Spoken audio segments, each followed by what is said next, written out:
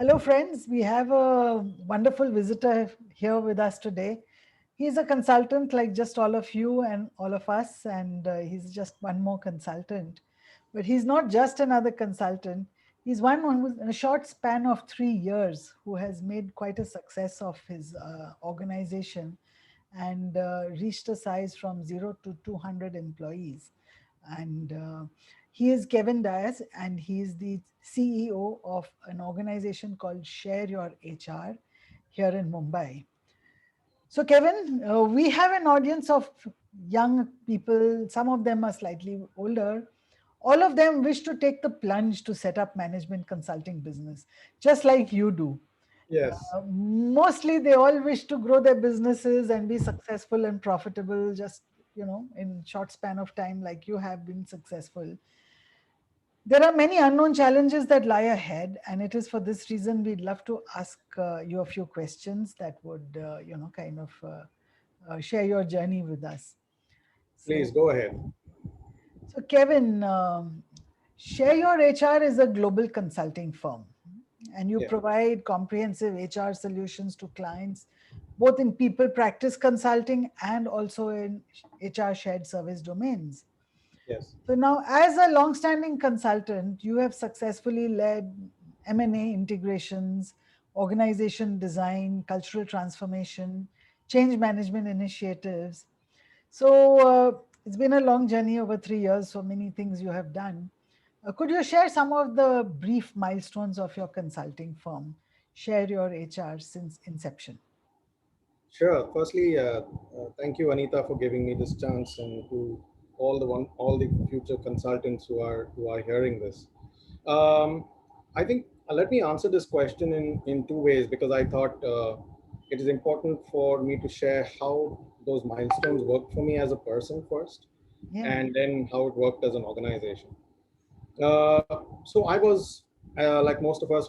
I worked in the organization, 25 years of experience, global, kind of HR experience, and then the decision to move out from that and be an entrepreneur, start a consulting practice, was for me actually a very tough decision because for 25 years of your life you're not thinking in that type of manner, and neither at home or anywhere else you have entrepreneurial skills to look at and learn. So it took me.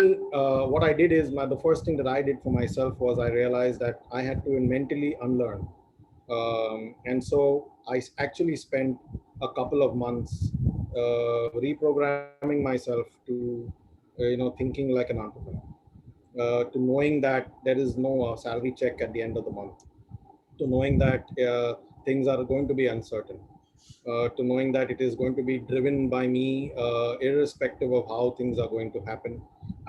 We do not know how things are going to happen, and I have to keep the faith, keep the vision. So it's going to take a lot of me on my own self, mentally, to be strong in those areas. So the first milestone that I did for myself was unlearn, reprogram myself to an entrepreneur. That's In great. that journey, just like this interview, I spoke to a few other entrepreneurs just to help myself get a hang of so what it is to be really an entrepreneur. So they helped me with their views, and so that was a foundation. From there was the question how to start, and right from what should be the name, what should I be doing. So I then went back, and as a lot of my mentors have told me, you go back to your strengths. So I started with what I'm good at, and some of the things that you mentioned as what we do in Share HR is primarily what I am good at. So I said, let me play to my strengths. And so the first milestone was to think about what is it as an organization we're going to do, and build that initial capability. The second thing that I set as a milestone was how to form it, and who should I have. And so you're seeing two logos here above me. So Share HR, I was approached by Karma Management, who's been there in the business for over 18 years or 16 years. And we got them to invest into the organization so that it comes with a set of companies, it comes with a set of infrastructure. So that gives you a boost. you're not worried about those things then. So you're more worried about, or you're more concerned about how is it that you deliver. So that's the second milestone. The third was to get a customer. So approaching customers that we know. So again, I went back to my strengths, to the people I knew, because it's very important to get somebody who believes in you and ready to take that leap as Absolutely. a new consultant, saying that, yeah, I trust you. Yeah, this is an assignment, you do it. So I went to people who I knew, and with the grace of God, I mean, there were people who said, "Yeah, Kevin, let's do this small assignments," but that was fine. I needed to get off the ground. So that was the second milestone. A third milestone was to get a set of customers to move the business forward. I was not so worried about at that stage in terms of am I meeting my costs? Is this in line with what I attempted to do? I thought the most important thing was moving forward. Um, Also, was the next milestone was should I also branch off into international, because that was a lot of my strengths. And fortunately, again, there my second customer was an international customer based out of Middle East. So for me, that was a big thing for Share HR, because now we were not only doing work in India, but we also had to deal with working in the Middle East. Uh, the fifth to sixth milestone was defining vision mission. Where is this organization needs to go? Because I believe that while I'm titled as CEO, actually my role should be the chief vision officer throughout the tenure of the company, because Okay. it is that vision that needs to carry.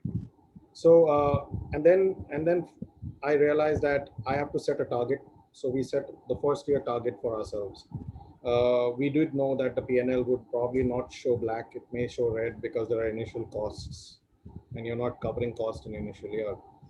So, but we set a target because it's important to achieve. So these are the milestones that I set for myself, Anita, as of Yeah. now. So you love HR, yes, definitely. Yes. And you also do a business.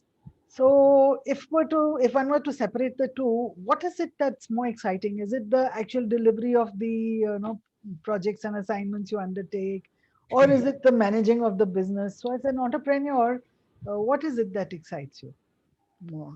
I think the first thing that excites me, to be very honest, is the fact that earlier I used to work with a company and did a work with for that company. But now the big kick is that I have companies now who are entrusting the HR roadmap to us, and we are able to now affect so many different companies in different ways based on the knowledge. So that's the first kick. Yeah, And the second kick is really honestly is the delivery, in terms of, it's the skin in the game is when you actually do it, and then there's the end result, and the client says, hey, wow, thanks, yeah, you were able to do it. I think these are the two kicks that I okay. get. So it's all about the HR and the impact that you create Yes, it is. with the work that you do. So it's not so much about the business angle.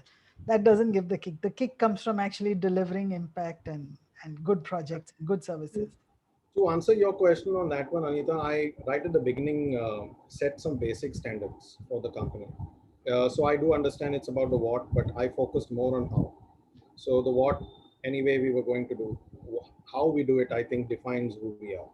True. So for my initial team that I got, I kept talking about the how, internal processes, what is it that we will never ever do in a particular way.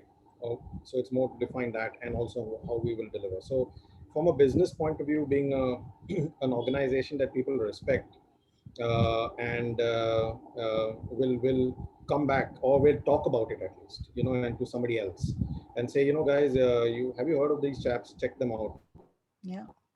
You may want to do something. So that feels very important for me. So as True. people This is the over the years, I reputation that realized you that is known build. as net promoter score in a way, but So true. Okay, so tell us some of the challenges that you had in growing and scaling up operations, and what course corrections, what strategies, what all did you do to meet and surmount these challenges? I'm sure it must not have been an easy journey. oh my God, when you talk about the word challenges, there have been enough and more. Sometimes it's difficult. It's where do you start, right? So uh, challenges that I faced were right from the beginning in terms of so when you're going to a customer, right, for the very first time, Mm. there's no collateral with me already. There's no PowerPoint presentation. There's no Word document. So right at the start, so that was the first thing. And I'm not a PowerPoint guy, and you don't think about all these things, right, when you're working in a company. But now that's the very first element of image building. So first putting the collateral in place was the first set of challenges. Hiring the first set of people for myself as a team, um, getting people who were like-minded to leave the current jobs that they had. So I have people who are come ex TCS, I have people who are ex Wellspun, I have people so from different organizations fairly established, and now you got to leave that and come to a startup. It's a leap of faith, really. And so how do you attract that? That was my first challenge that I faced. Then was the element of client, in terms of how do I close a deal. I did not know how to close a deal. I just kept talking about what I can do and my knowledge. So that was the next, and then finally the whole element of running the business, the cash flow. So you got the elements of payments, recoveries. So many a times you're not so worried about raising the invoice on time, ensuring that the payment has come on time. So you got to ensure that your cash flows are okay, because that was one of the definitions of the how, that we will always pay salaries on time, we will always pay Yeah. our vendors on time. So then that was the next challenge that I faced, to ensure that these things are in proper order. And then finally, the business environment. So if you see last 3 years, Anita, one of those have been with COVID. So uh, that kind of threw us at the deep end. I mean, we had to really innovate, really think of how we are, positioning. How is it that I can be in the first quadrant of services, which is what people need to have or need to Yeah. take, Yeah. because otherwise they're really not interested in listening to you. So, so these were some of the challenges that I really faced, and had to innovate. There was no other way. Okay. So that's amazing. At every stage, there's been a challenge in terms of getting customers, in terms of deliveries, in terms of invoicing, cash flow, everything. So now I'd like to move a little bit and talk about, you had this partnership going with Karma Consultants. So what is your opinion on, for other independent consultants? What's your advice on establishing synergistic partnerships with other consultants? Does it work? And if it doesn't work, when does it work? And what are some of the areas in which this doesn't work and you have to make it happen? So it would be nice for us to know from your experience. Yes. Uh, Before starting that answer, I think for a lot of the consultants, it is very, very important for each one of you to think large. Yeah. Not about saying that I will just be able to have a good living or something like that. I never thought average or small. I always thought that as an organization that over the next 5 years will become large. Having said that, now you know that that's where your journey is, and so you cannot do it yourself. Your team has to be with you, so it's all about taking the people along. The second is, it is a world of alliances, Yeah. today. Now all the big guys are also doing it. It's not that it's only you as a consultant who need to do it. Now there, my first advice is to always be strategic, to understanding that whatever alliance I'm doing, is it strategically going to help me in what I am going to set out to achieve. So the first thing that I thought for myself was, instead of going to an angel investor to invest in me at the start, I thought my first strategy was to get off the ground, to have a set of customers that I can go to, open a door for me. And Yeah. so therefore I found an organization, or rather Karma happened, Pratik and myself happened to chat. And so we had a company who's into consulting, but had a set of customers already in existence. That helped me to start off. So that was the first strategic alliance. So instead of going with an angel investor, I went with an institution who was ready to invest like an angel investor. Yeah. Um, and then, of course, with a clear understanding, at some point in time, we will get further investors to invest in the company. Now, in terms of alliances, I have realized one thing, is that you cannot do it yourself, and so therefore it is important for you to choose people who are like-minded, because it is your brand, and your brand is defined by the way you deliver and the way the outcome happens. So if you did an alliance with somebody who is not aligned in that fashion, that's going to impact you in your brand. That's very true. The other element is conflicts of interest. So if the alliance is doing the same work that you're doing, at some point in time you will reach an element of conflict.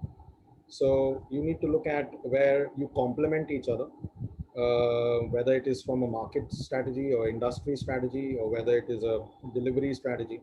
Where is it that you're complementing each other so that both as an organization are able to grow in their individual respects and also together. And lastly, always have a risk document, because just in case things go south, because you're aligning with a person, it's about relationship. And if that person isn't there, and now you got to really relook at that relationship again, what are your risks? Because you will have existing customers who are in that whole alliance, Yeah. and they cannot be impacted by virtue of what is happening in the background. So this is my advice on alliances and synergies. So forming an alliance is as big a decision as it is to get married, perhaps, Oh yes, You yes, need that much consideration and you need that much certainty, and you need to be really evaluating all aspects to see if it's going to work or not. yes, it is, and especially for me where I had to grow globally. So today, when we have an alliance in Philippines, Mhm. it is about how that alliance has been discussed and what is it that we individually bring to the table for both. Yeah. So it is like that. It has to be. You have to keep the heart, yes, clearly there, but you're really working with the mind. So you can't afford to be very opportunistic and just grab any opportunity and bring an alliance to make that opportunity happen. It cannot be like a one night stand. It has to be a long term relationship. That's great. So you talked about the brand, and the one of the risks in forming an alliance is the brand, and your brand and the alliance partner's brand has to have some common values and reputation, and so the strength of a consultant is his reputation and his brand, and not necessarily his work. Do you agree with this? That the reputation is more important than the quality of work that gets done? Is it the brand that's bigger? And then, what are some of the tips you'd give our audience on building a reputation that works for you? How much do you invest in building that reputation? Okay. Yeah, So, firstly, I think that it is not either or. It is both equally important, and I learned this the hard way. So when you start off, yes, it is all about you as a consultant. But that's why in my initial statement I said think big, because if you have to grow beyond yourself as an organization and not limit it to the fact that only I can do so many things, right, and beyond that then it stops, because there's only so much that you can do. If it has to go beyond that, then it has to start working along with how you kind of actually done the work. yeah, Now, let me tell you this, that the reputation of each one of you and myself helps us get in the door and sign on the dotted line. But the client is really interested in the solution you bring to the table, is not interested in the knowledge you have and everything. How is that translated into a solution? That has helped me. That's the bottom line. yeah, So therefore, it is about the work that you've done after you've gone in through the door because of your reputation. So also for all the people who are listening to this, I think in an initial stage, the brand is you, and how you conduct yourself, the way you talk in the social media, the way you present in forums, etc., is a reflection on the brand. But at some point in time, as you travel the journey, the brand starts being by itself, and that should be the endeavor. That you are there, but the brand now starts commanding its own respect in the market. So how does that happen? And that happens only through the work the brand has done, from the way the people have seen it. So your expertise, skills, the solution, and your capability is what you bring, yeah, but that has to translate into actions. Uh, I think that's how I see this. Also, one point to mention here is that it's important for you to, over a period of time, refine who your target audience is. Yeah. Because you start with a little vagueness on that, and that's fine. But over a period of time, you have to narrow that down, because That niche is very important. very important, because you are playing to your customer. You Yeah. are, that's what this whole thing is all about. You cannot be saying that I'm talking to a 25-year-old guy or an HR guy, but my target guy is the CFO. That's not going to work. If it's the CFO, then you got to play like the CFO likes to hear, or is able to understand it actually. So I think these are some things that critical. Social media critical, having an advisory board critical. So no matter how reputed you may be, it's always good to have an advisory board, so that the world also realizes that there's somebody else also guiding you in addition to yourself. Excellent. That's wonderful.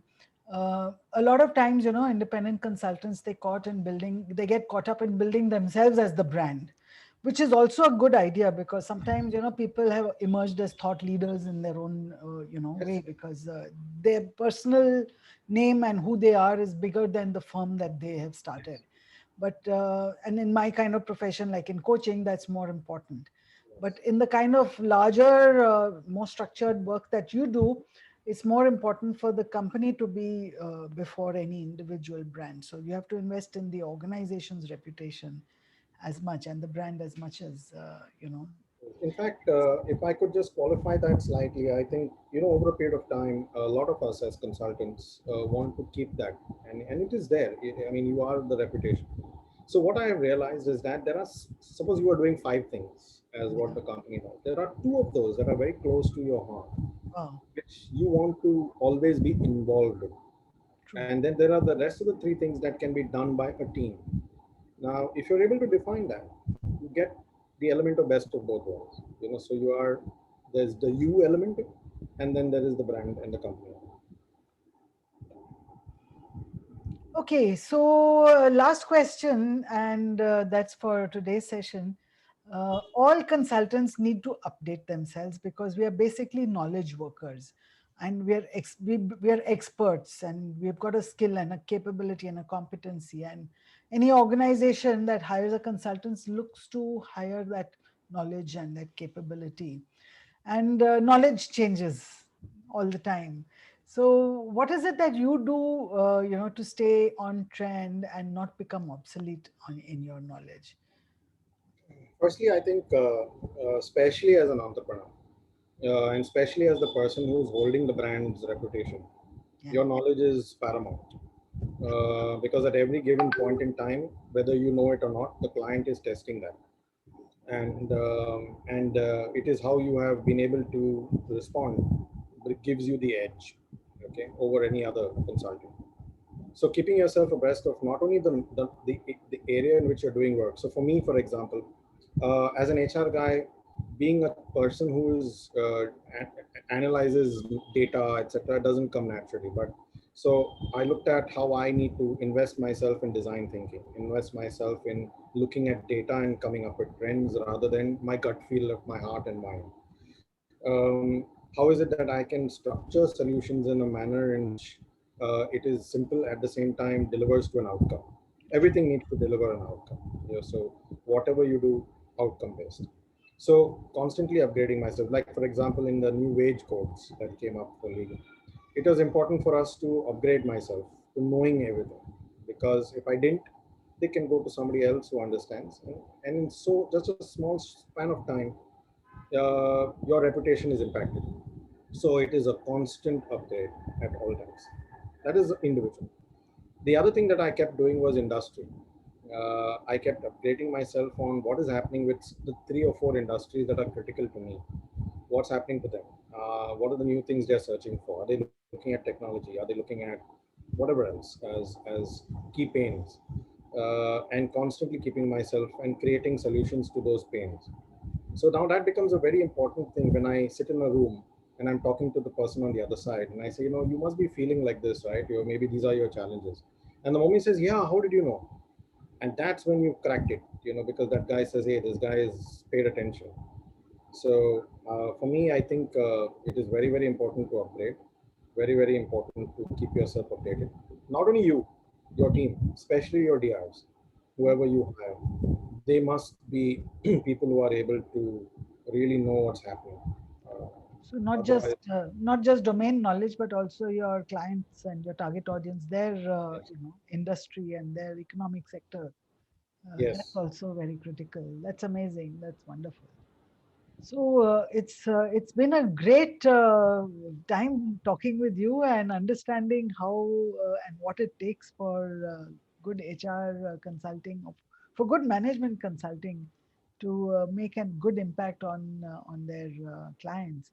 So on behalf of all the participants of the Advanced Certificate Program in Business Consulting and the management and the administration of the All India Management Association, for whom we are canning this program.